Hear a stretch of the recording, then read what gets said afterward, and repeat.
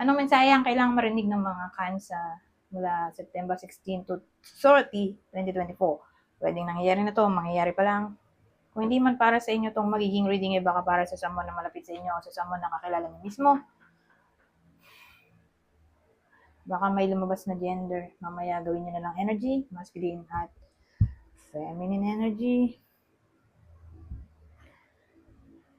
Pwede rin naman na wag niyo napansinin yung gender. Hindi ko alam kung anong lalabas, kung positive ba o negative ang magiging reading. Depende sa kung anong mapipick up kong energy mamaya. Marami akong gagamiting deck. Iba-iba. So, kung hindi man mag-resonate sa inyo yung unang spread, don't worry. Maraming spread. Okay?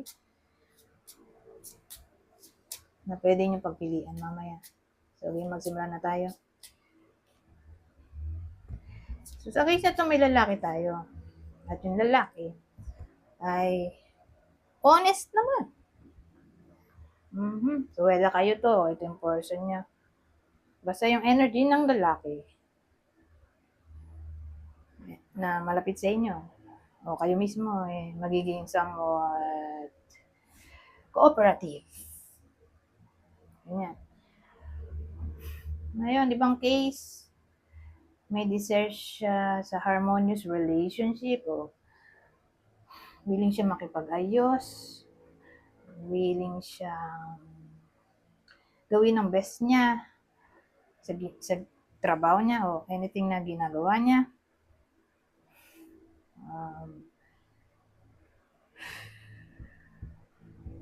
Baka mag-gain siya ng experience dito o may i-master ba siya. Ganyan. Mag-gain siya ng somewhat reputation sa ginagawa niya kasi.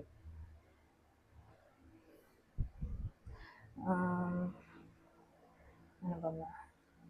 O magiging wise siya o patient. So, wait na ito.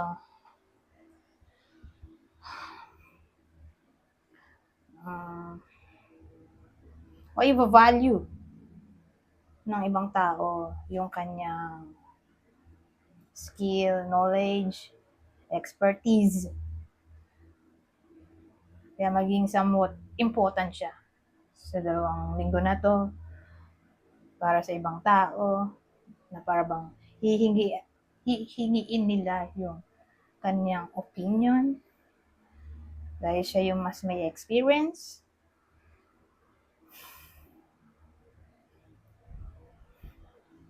O siguro sa loob ng 2 linggo na to makakaramdam siya ng contentment. O kung may ka-close kayo, lagi niyong kausap for some reason. Halimbawa na lang nandiligaw to. Mabuti naman intention niya. So, kuha tayo bang information dito sa pangalawang deck. So, sa pangalawang deck, pare silang baliktad. The Infant at the Disguise. At least yung Disguise, baliktad siya kaysa yung nakatayo. Medyo alarming pag nakatayo.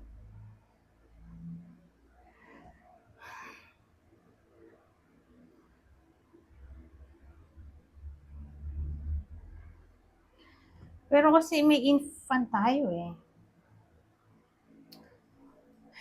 baliktad din siya.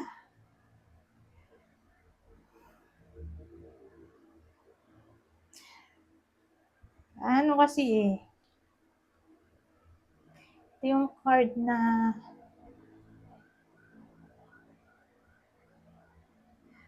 may bata na naghihintay sa kanyang nanay. Diyos ko po. Iniiwan na lang siya sa ilaw. Sa poste, kaloka naman.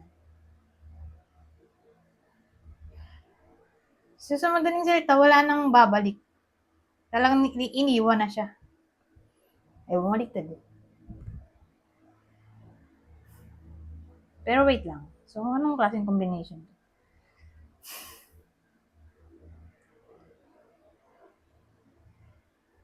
These guys ay manloloko, di ba? Mapandin lang. Baliktad.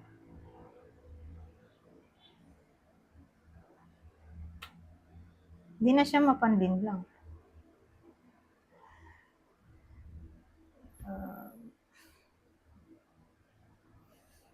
Parang may hope pa. Ganyan. Madaling salita. Magkakaroon ng hope sa something na mukhang imposible. So, kung sabihin natin mandoloko nga, may history ng ganun. Who knows? Baka magbago pa, di ba? Matauhan man lang. Pwede rin ganun.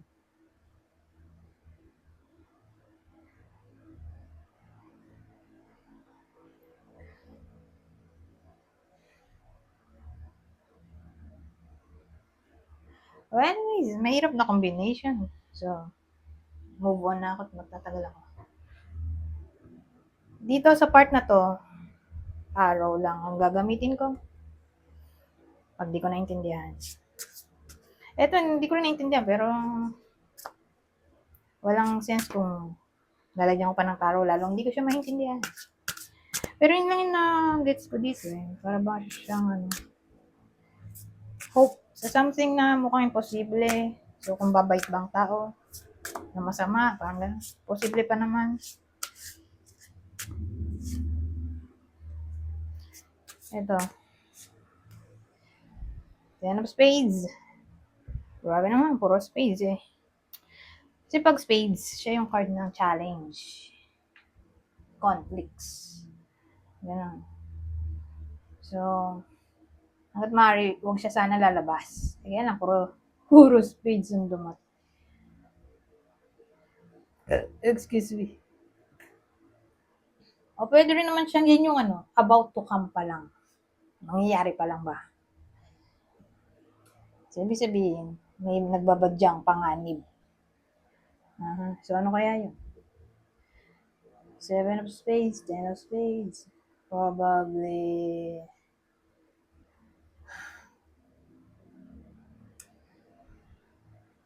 mukhang siya. May something na magkukos ng pain sa iba sa inyo at ito ay pwedeng may mawawala ba? May mawawala sa inyo. Pwedeng friend. O gamit na hindi nyo nasahan. Para bang may delubyong paparating na pinag-iingat yung iba sa inyo na yun nga, mukhang may mawawala. At yun yung pain na sinasabi ko. Mag-worry. Anyways, papatayin ba ang detalye?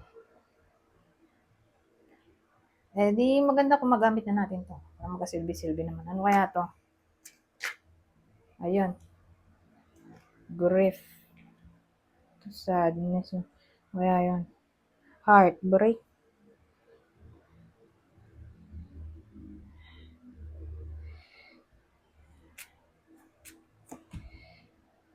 At least, di ba? Hindi siya related sa romance. Kasi yun yung pinakamabigat sa lahat. Romance. Yung mga mahal mo sa buhay. Di ba? Pag yun yung involved, mahirap i-overcome. At least ito pera lang. Mahirap din naman, pero at least mas mahirap kung tao mismo na pinagkakatiwalaan yung mawawala, di ba? Dito mukhang career. So, who knows, baka mataterminate yung iba sa inyo, magre-resign, hihina benta,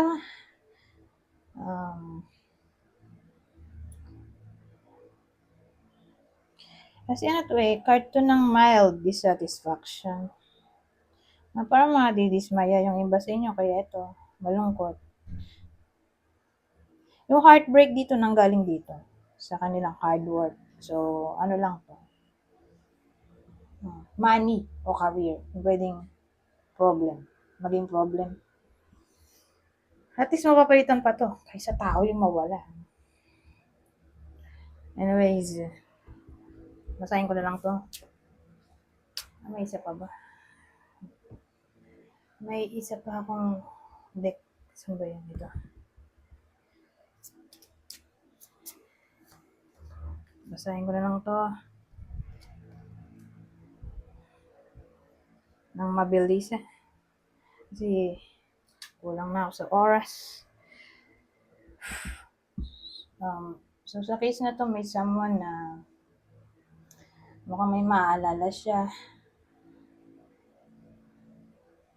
O may maiisip ba?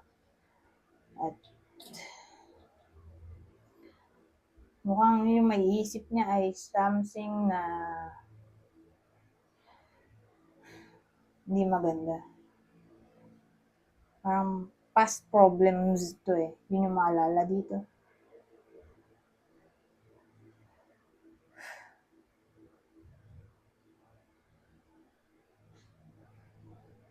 Yung basta mga nangyari sa nakaraan na binauna nila sa limot o di magandang alaala. Yung maalala ng iba sa inyo for some reason. Anyways, wala ko na ibang detalye dito. Ito, babasahin ko to. Okay? Basahin ko na lang. Mabilis. Cupid, love is in the air when Cupid is around. So, kunin nyo lang yung info na sa tingin nyo i-fit sa inyo. Kung single kayo o in a relationship. Observe, notice all the noteworthy things in your relationships. So, isa pang deck. Ito, huling deck. Dalawa rin. Ang kukunin ko dito. Follow what lights you up. At ang huli, it's okay to have needs and to fulfill them. Anyways, hanggang dito na. Goodbye po na.